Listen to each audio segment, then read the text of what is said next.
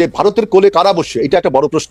দেখেন আমরা 5ই আগস্টের পরে যখন সরকার গঠন হলো, 8ই আগস্টের কিছু পরে আমি দেখলাম যে মাসুদ ভাইদের দল বলছে যে ভারতের সাথে সুসম্পর্ক করা দরকার। যখন ভারত বিরোধী মনোভাব তুঙ্গে, ভারত যখন আমরা অপপ্রচার করছে, বলছে বাংলাদেশিদের মেরে পা উপর দিক দিয়ে মাথা নিচের দিক দিয়ে ঝুলে রাখবে, তখন বাংলাদেশের কোনো রাজনৈতিক দল, এমনকি উপদেষ্টা পরিষদ একটা কূটনীতিক বার্তা ছাড়া আর কোনো কিছু করলো না, কোনো রাজনৈতিক দল মাঠে নামলো না। একমাত্র দল বিএনপি।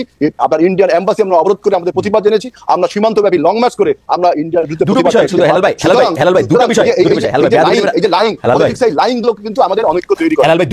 দুইটা বিষয় একটু কথা বলতে হবে। এক নাম্বার কথা হচ্ছে যে তারেক সাহেব লন্ডন থেকে বাংলাদেশকে যেভাবে পরিচালনা করেছেন, একতাবদ্ধ করেছিলেন, যেটা বললেন, তাহলে আপনি কি বলেন ভবিষ্যতে রাজনীতি এমনই হওয়া উচিত? বিদেশে থাকেন, উনি তো 6 মাস পরেও তাই করতেছেন, 6 মাস পরে তাই করতেছেন, তাই না? আপনি দেখেন হি হ্যাজ টু লিভ, 6 মাস পরেও তো তাই করতেছেন, মানে এইটাই হওয়া উচিত। আসলে মাঠে না গিয়ে আমরা ভার্চুয়ালি দেখলাম, এটাই তো পৃথিবীর ইতিহাসে কি এগুলো নেই? আছে বাংলাদেশে, মানে এইটাই থাকা উচিত কিনা আমি সেটা বলতেছি। ভবিষ্যতে তাই হওয়া উচিত কিনা?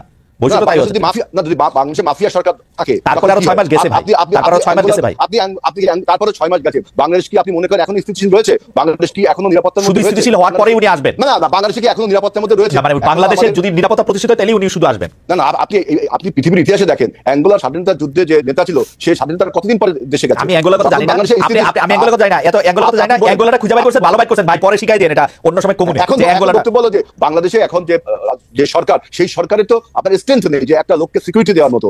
আপনার বাংলাদেশে এখনো প্রতিবেশী রাষ্ট্রের ব্রেন চাইল্ড বাংলাদেশে রয়ে গেছে, এমনকি প্রতিবেশী রাষ্ট্রের ব্রেন চাইল্ডরা রয়ে গেছে। এখন এবং কিভাবে বোঝা যাবে যে ব্রেন চাইল্ডটা চলে গেছে? ব্রেন চাইল্ডটা চলে গেছে কিভাবে বোঝা যাবে? আপনি দেখেন বাংলাদেশে যদি একটা আপনার এখনো পরাজিত শক্তি, মাফিয়া শক্তির যারা প্রশাসনে ছিল, পুলিশে ছিল, তারা এখনো বীর দর্পে বিভিন্ন আপনার প্রশাসনে রয়ে গেছে। এমন একটা অবস্থা সৃষ্টি হয়েছে, বাংলাদেশের আইন শৃঙ্খলার পরিস্থিতির যে অবনতি হয়েছে এই সরকার। আমি কথা বলতে চাই না, অ্যাঙ্গোলার উদাহরণটা দেখে নিব না, এটা নিয়ে কথা বলতে চাই না। আমি আপনাদের একটু বলি, ভারত নিয়ে কিন্তু বিএনপির অবস্থান আমি সবসময় ডুবিয়ে দেখি। আপনার মনে থাকবে 2001 সালে, আমি শুধু 2001 সালে বলি, 2001 সালে ভারত ক্ষমতা আসার পরে প্রথম বলতে শুরু করেছিল যে বিবিআনার গ্যাস, বিএনপি বলতে শুরু করেছিল যে বিবিআনার গ্যাস সে পুরোটা দিল্লিতে রপ্তানি করতে চায়। সাইফুর রহমান বলেছিল মাটির তলে গ্যাস রেখে লাভ কি? আপনারা টাটাকে চিটংয়ে স্টিল মিল করার দিতে চেয়েছিলেন, একই রকম টাকা একটা দেওয়ার ক্ষেত্রে আপনারা ভারতের কথায় তাইওয়ানকে স্বীকৃতি দিয়েছিলেন। মানে বিএনপির কিন্তু বোঝা যায় না ভারত নিয়ে আসলে। না, তাইওয়ানের সাথে ভারতের সম্পর্ক ওইটা অন্য জিনিস।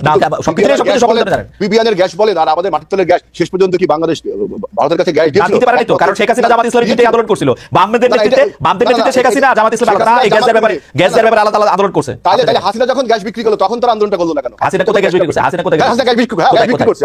এইবার 2016 সালে হাসিনা গ্যাস বিক্রি করেছে, ভারতের কাছে গ্যাস বিক্রি করেছে। কোথায় ভারতের কাছে গ্যাস বিক্রি করেছে? আপনি আবার যুক্তিগুলো পড়েন, আপনি প্রতিটি ইতিহাস আমি বলে গেলাম, আপনি দেখেন কোথায় ভারতের কাছে। জামাত ইসলামী তো তখন আপনাদের লগে ছিল, আর জামাত ইসলাম আন্দোলন করে, ঠিক আছে, কিন্তু আপনারা গ্যাস দিতে চাইছিলেন পুরা বিবিআনা দিল্লিতে চলে যাবে সরাসরি। সেটা তো আপনি চাইছিলেন, আমরা কি দিয়েছি? না, রক্ত দিয়ে দেখানো হয়েছে, এটা রক্ত দিয়ে 4 দিন হরতাল লাগছে রে ভাই। না না ভাই, এটা কিন্তু তখন জামাত বা আওয়ামী লীগ না, জামাত তো আপনাদের লগেই, জামাত তো আপনাদের মন্ত্রী, আওয়ামী লীগ এবং আমরা তেল গ্যাস বিদ্যুৎ মন্ত্রক রক্ষা কমিটি না। তখন আমরা কোনো ভারতের কাছে আমরা গ্যাস বিক্রি করিনি, একমাত্র দল আওয়ামী লীগ গ্যাস বিক্রি করেছে।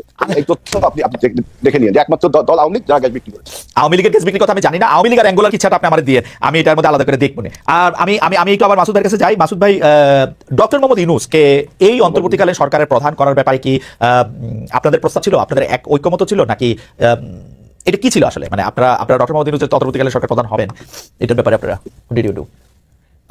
দুটো বিষয় একটু সংযুক্ত করে নেই। সেটা হচ্ছে যে আমাদের বলা হয়েছে যে আমরা একটাকে বলা হয়েছে ভারতে পালিয়েছে আর একটা পরাজিত শক্তি।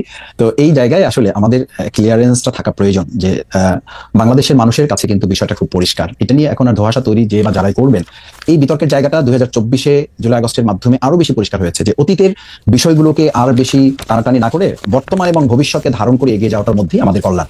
আমার মনে হয় সেই জায়গাটা পিছনে ফিরে ফিরে বারবার যখন আমাদের আর কোনো রেকর্ড বাজাবার সুযোগ নেই, আমাদের যারা মন্ত্রী ছিলেন, আমাদের যারা সংসদ সদস্য ছিলেন, ইভেন দো আমাদের যারা রাজনীতিতে ফাঁসির মঞ্চে গিয়েছেন, কোনো অন্যায়ের কাছে আপোষ করেন নাই, তাদের কোনো ভিডিও পাওয়া যাবে না, রেকর্ড পাওয়া যাবে না, অডিও কল পাওয়া যাবে না, অথচ এরকম ভিডিও কল পাওয়া যাবে বা অডিও বার্তা পাওয়া যাবে, সেরকম বিষয়গুলোকে সামনে রেখে তো এখন জনগণ ভাবছে যে আবার একদল ভারতের অনুকম্পা নিয়ে 16 বছর থাকার চেষ্টা করেছে, অঙ্গরাজ্য বানিয়েছে, ইলিশ মাছ আমরা খেতে পারিনি তাদেরকে পাঠানো হয়েছে। আবার এখন ঠিক একই কথা বলে জামাত ইসলামীকে ওই সময় যেমন দাবিয়ে রাখার চেষ্টা করা হয়েছে, বিতর্কিত করার চেষ্টা করেছে, জনগণ থেকে আলাদা করার চেষ্টা করেছে, ঠিক একই কথা যখন যদি আমি বলি, তা আমাকে তো জনগণ ধরে নিবে যে আমি বোধহয় সেই একই পন্থা অবলম্বন করে আবার বাংলাদেশকে ওই একই রাষ্ট্রের করদরাজ্যে বা অঙ্গরাজ্যে বা তাদের অনুকম্পা নিয়ে বোধহয় আমরা আবার ক্ষমতায় যাওয়ার একটা ষড়যন্ত্র বা একটা পরিকল্পনা আমরা করছি। এটা যথার্থ হবে না এবং এই জায়গাটা দেশের জন্য কল্যাণ হবে না, সেটা আমাদের সকলেরই স্মরণে রাখা প্রয়োজন। দ্বিতীয় হচ্ছে যে আমাদের শ্রদ্ধেয় প্রধান আমার একটু ছোট করে জানতে চাওয়া আছে আপনাদের যে মানে করদ রাজ্যে পরিণত হওয়া আরেকটা দেশে সেটা কি শুধু আওয়ামী লীগের এগেইনস্টই বলেন নাকি বিএনপির এগেইনস্টও বলেন? বিএনপিও ক্ষমতা আসলে করদ রাজ্যই হয়। এবং আপনাদের এই বয়ান কখনোই চেঞ্জ হয় না। 1971 সাল ছিল ভারতীয় ষড়যন্ত্রের তৈরি, ভারতীয় ষড়যন্ত্রের তৈরি একটা কাহিনী, ওই ভারতীয় ষড়যন্ত্র, ওই ভারত বিরোধিতা, আপনারা এটা পপুলিস্ট জায়গা থেকে এই ব্যাপারটা বলতেই থাকেন।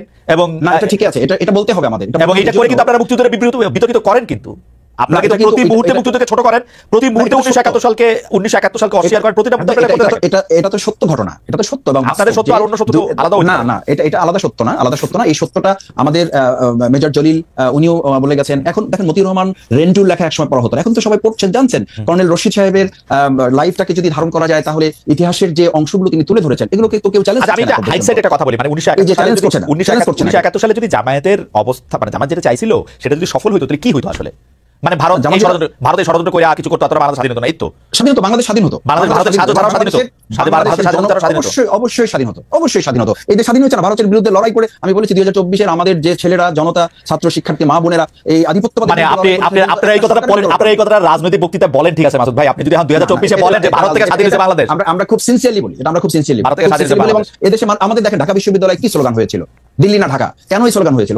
এই স্লোগান আপনারা দিয়েছেন ভাই, আপনারা এই স্লোগান আপনারা দিয়েছেন। দিল্লিটা ঢাকা স্লোগান ছিল না এখানের মধ্যে, দিল্লিটা স্লোগান আপনাদের পুশ করা স্লোগান। এই স্লোগানের মধ্যে কোটা না মেধা ছিল, এই স্লোগানের মধ্যে হাসিনার